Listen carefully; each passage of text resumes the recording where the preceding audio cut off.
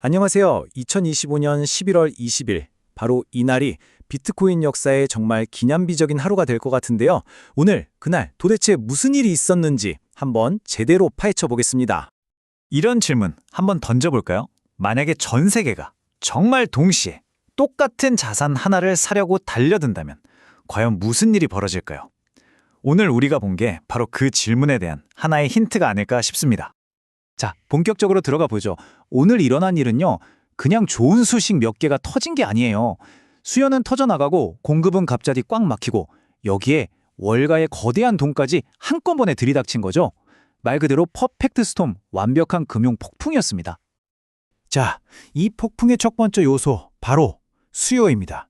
이야기는요, 세계 금융의 중심지 중 한 곳에서 나온 정말 파격적인 발표로 시작됩니다. 두바이 정부가 공식적으로 발표한 겁니다. 이제 정부에 내는 돈을 비트코인으로 받겠다고요?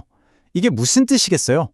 비트코인이 더 이상 그냥 샀다 팔았다 하는 투기 자산이 아니라 실생활에서 쓰는 진짜 돈으로 인정받기 시작했다는 엄청난 신호탄인 거죠. 한번 보세요. 비자 수수료 내고 사업자 등록하고 전기세, 수도세 같은 공과금도 내고 심지어 에미레이트 항공 타고 여행 갈 때 항공권도 비트코인으로 살 수 있게 됐어요. 이건 두바이가 석유 경제에서 벗어나서 미래금융 허브가 되겠다는 아주 큰 그림의 일부거든요. 그리고 뭐니 해도 중동의 그 막대한 오일머니가 비트코인으로 들어올 수 있는 고속도로를 뻥 뚫어버린 겁니다. 자, 그런데 여기서부터 이야기가 정말 재밌어집니다. 전 세계에서 이렇게 비트코인을 사려는 열기가 막 뜨거워지는 바로 그 순간에 어떤 한 나라가 시장의 공급을 확 줄여버리는 행동을 합니다. 지금 시장 상황이 딱 이렇습니다. 한쪽에서는 두바이 때문에 비트코인 쓸래? 하는 수요가 폭발하고 있는데 다른 한쪽에서는 체코 중앙은행이 우린 3년간 절대 안 팔아 하고 금고문을 쾅 닫아버린 격이죠.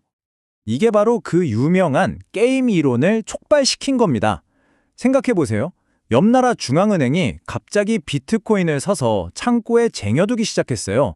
그럼 다른 나라들은 어떨까요? 우리만 가만히 있다가 뒤처지는 거 아니야? 우리도 사야 하나? 이런 압박을 받게 되는 거죠.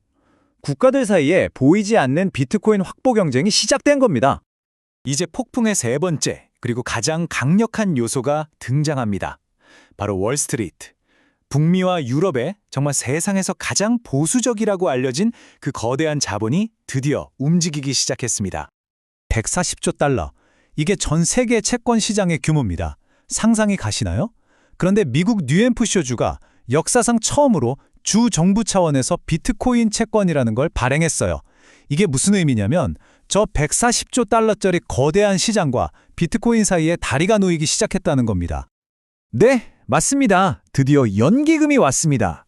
세상에서 가장 신중하고 보수적인 돈? 그러니까 수백만 명의 노후를 책임지는 바로 그 연기금들이 이제 비트코인이라는 판에 발을 들여놓기 시작한 거죠. 규모를 한번 보세요. 이게 그냥 작은 돈이 아닙니다. 미국 플로리다 연기금, G7 국가인 캐나다 국민연금, 이런 공룡 같은 기관들이 마이크로 스트래티지 주식을 사들이는 방식으로 비트코인에 간접 투자하고 있는 거예요. 이들이 굴리는 돈은 정말 어마어마합니다. 그래서 바로 이 마이크로 스트래티지 플라이 휠이라는 게 돌기 시작한 겁니다. 이게 일종의 무한 동력 같은 건데요. 자, 보세요.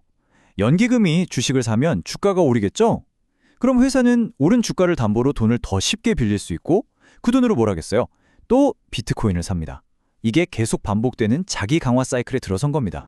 자, 자본 홍수의 마지막 퍼즐 조각입니다. 6조 달러. 이건 세계 최대 자산관리 회사인 UBS가 굴리는 돈이에요.